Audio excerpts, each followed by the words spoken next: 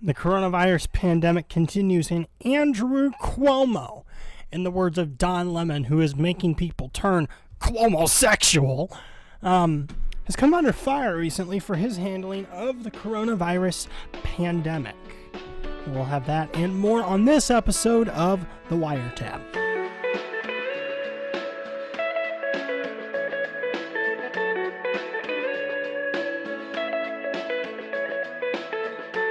Hello everyone, my name is JD. And this is Logan. And this is The WireTap. Thank you for joining us today. And according to the latest numbers, the United States has 1.24 million confirmed cases of coronavirus and about 72,000 deaths thus far. We've far exceeded that of any other nation in the world. And China has, they're so perfect. They only had wasn't it like 82,000 or some crap? And they said that was how many cases that they had. And then all of a sudden they just stopped. Transmission stopped. And we should all be taking a photo out of their playbook. Yeah, we should all be taking plays out of China's playbook. It's not like that, they could be lying in any which way whatsoever at all. And the WHO is no better. The WHO, not the band, World Health Organization, is not much better. But that's a topic for another day.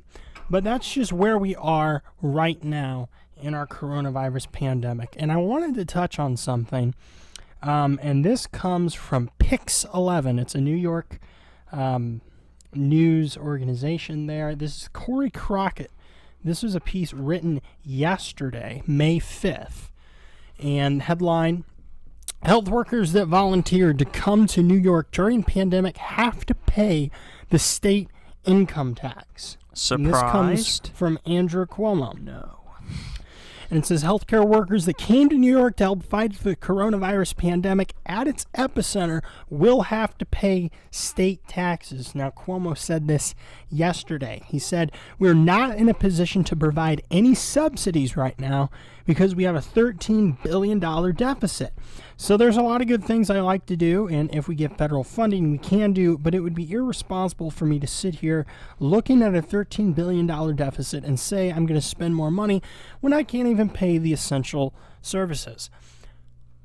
This is a man who, at the beginning of last week, I thought it was, like a week ago, maybe 2 weeks ago, was ripping on Mitch McConnell for saying that he did not want to start bailing out states for debt that was accrued and racked up before the coronavirus pandemic.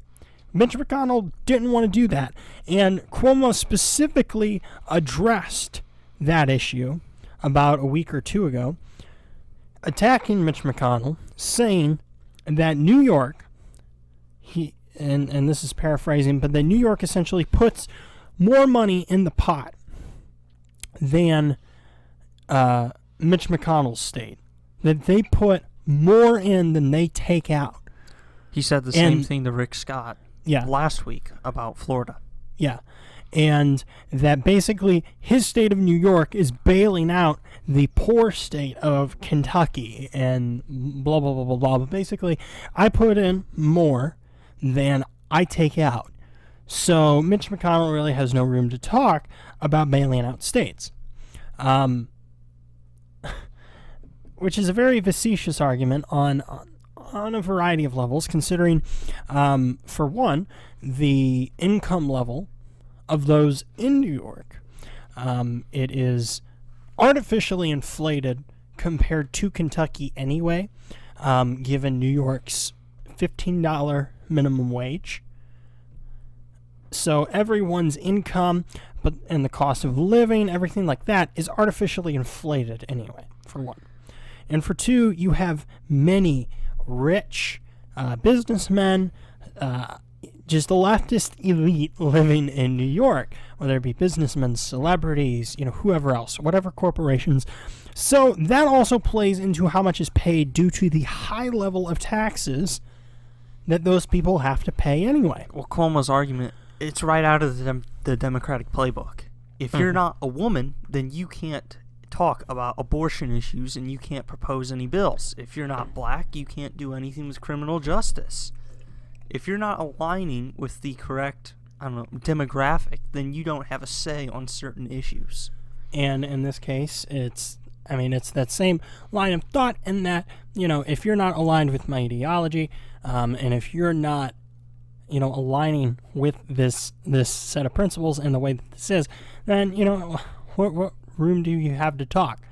And this leads to another little thing that I do want to note here is you can find this elsewhere, but the thing, I've seen a couple of articles addressing this point, in that it says that like red states receive more federal welfare than blue states. And you can go look that up and, do some research on your own, because I don't want to get into the weeds too much on it. But that kind of boils down to, even though that red states might accept more of those, because red states tend to be, poorer, just because most red states are in rural communities, or they're rural states. The majority of people, obviously the argument there is, oh, look at what hypocrites Republicans are. They always talk about cutting federal welfare and all this kind of stuff. Meanwhile, they're raking it in.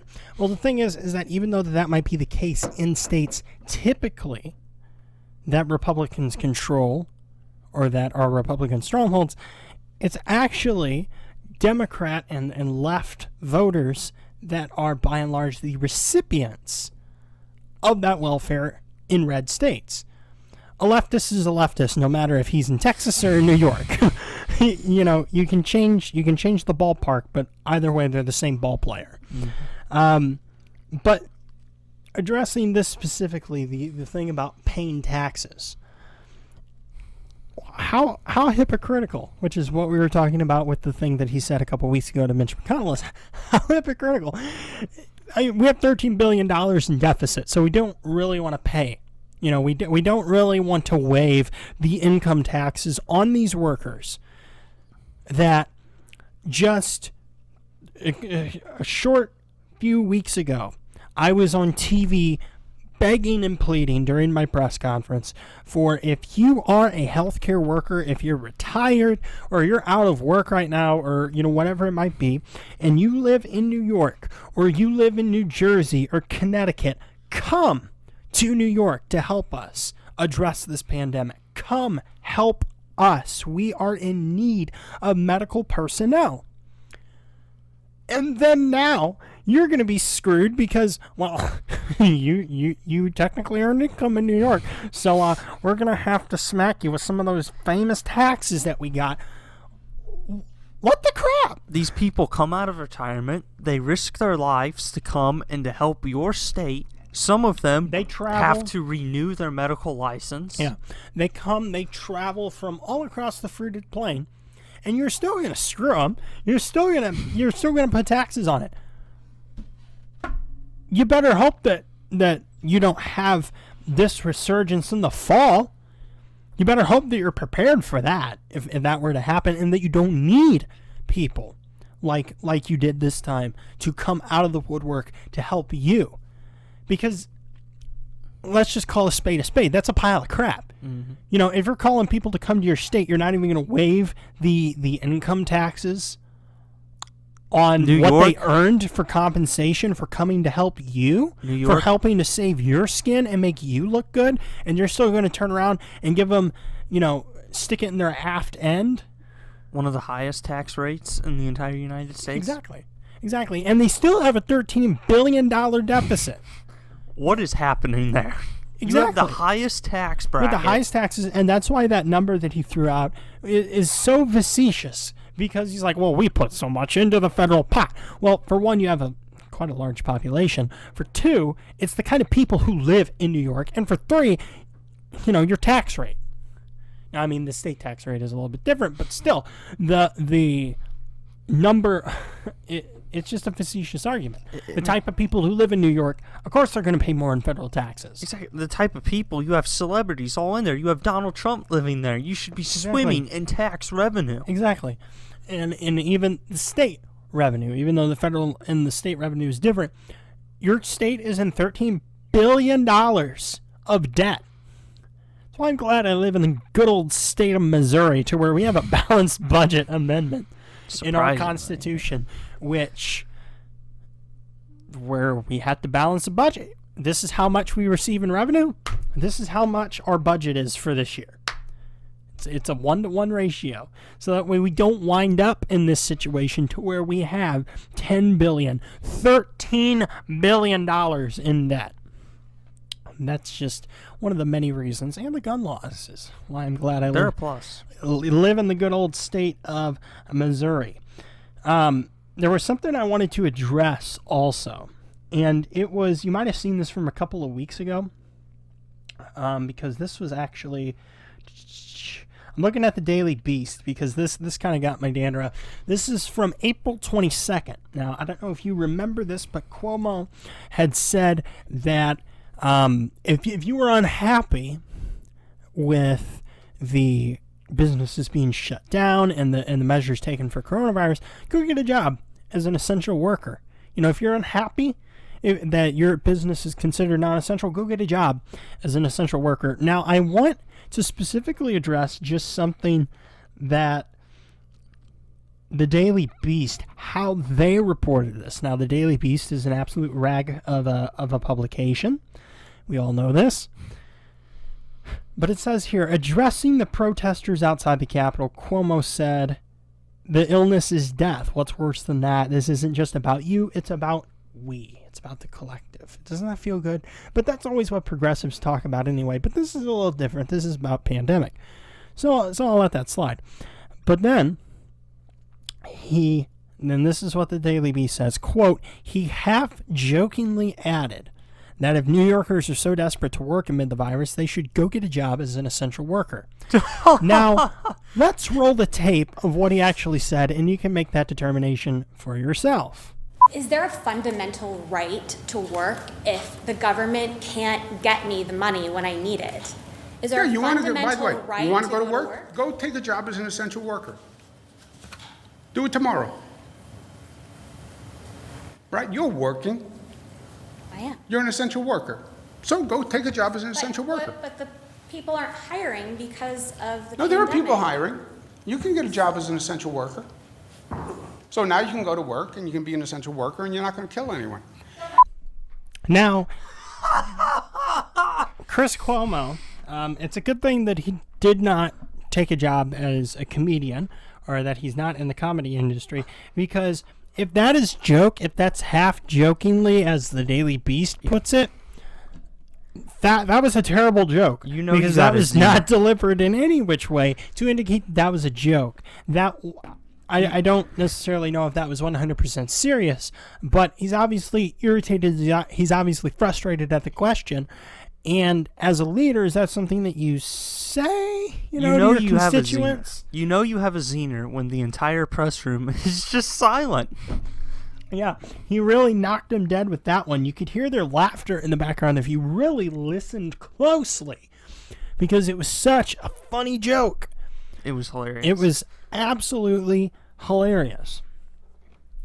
And this is new, brand new, hot off the presses from the Daily Wire.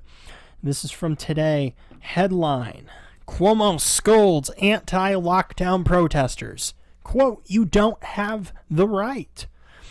New York Governor Andrew Cuomo admonished people protesting the state's lockdown and accused them of putting his life at risk by not wearing face masks. Cuomo held a press conference on Saturday morning and said the lockdown protesters did not have a right to put his health at risk by protesting his shutdown order without wearing face masks. Now, to be fair, he does go on to say that it's not about them protesting or anything like that. He says, I understand their point of view, and I understand the First Amendment. If you have an argument, you're going to make your argument. God bless America. But you don't have a right to jeopardize my health.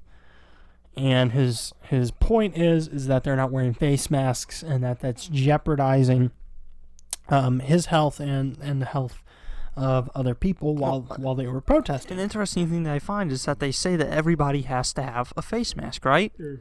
That means face masks aren't free. You have to buy a face mask. Now tell me, what's the difference in a price between buying a face mask and getting a voter ID card? But I mean, this is just the next in a long train of things that Cuomo has said, Cuomo has done, that initially Cuomo seemed to be kind of on top of things. He took strong, decisive action. He came on the news every day. He had his press briefings every day, saying what they needed, what the progress was, what the numbers were for infections and fatalities, etc. The thing that has challenged Cuomo and the reason why his response has started to fail and falter is this has evolved. The situation has evolved and it's changed. And he's been unable to adapt with that. He was requesting 30,000 ventilators and they only needed 4,000. Gross overcalculation in that respect. We made so many of them, we're giving them away to other countries. And he came on the news, he was doing his press briefings, and he was upset. He was irate with Donald Trump for not giving him the ventilators from the federal stockpile, which would have effectively wiped it out. There were only about 40,000 in the federal stockpile at that time. He was going to take 3/4 of those. And he only needed 4,000 of them. 4,000 out of 30,000 that he was wanting. And that he was so upset that the federal government would not hand him. And as we noted in the intro, in the words of the irrefutable Don Lemon, making him a Cuomo-sexual with how well Andrew Cuomo has handled this. Really, Andrew Cuomo has not handled this overly well. He's not done a terrible, like an absolutely god-awful, terrible job.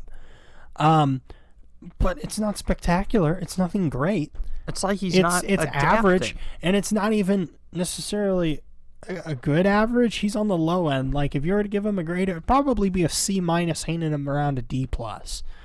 If you were to give Cuomo a grade. There's not mass, graves. I say this, and that's actually been something like that Trump has mentioned, and you've had, the trailers for the dead, that kind of stuff. But I mean this figuratively, like, you're not having tens of thousands of people die over, the course of a week, all that kind of stuff. You're not having all of that happen in New York. So he's not bungled it that badly in that respect. But it's not been great. He's not been able to adapt. He's not been able to do what good leaders do, and that's adjust your strategy as time goes on, because nothing is going to be the same as whenever you drew it out in the war room. It's like he's still back in the beginning of April when this was just beginning. He's not adapting. He's not changing his strategy or even his message. Things have changed in New York. Things have improved in New York, and he's still out there, I guess, yelling for ventilators or something. It's like he hasn't eaten his words of, I was really wrong here. Yeah. And, I mean, hopefully for the people in New York, hopefully for everyone, I mean, this turns out well, despite it. And despite poor leadership in time of a pandemic like this, can certainly make the pain last longer, and it can make it more painful. But in the respect of, like, this pandemic resurging or going on longer, he should have enough people around him that are advising him and that are helping direct these steps that doesn't necessarily happen. Yep. That should be the case. But we will have to see, and we will keep you updated, as we always try to do here on the WireTap, and perhaps even on Twitter. You can follow us on Twitter at the CWire, capital TCNW, it's at the CWire. And for Logan, I am JD saying goodbye, God bless, and we will see you in the next episode.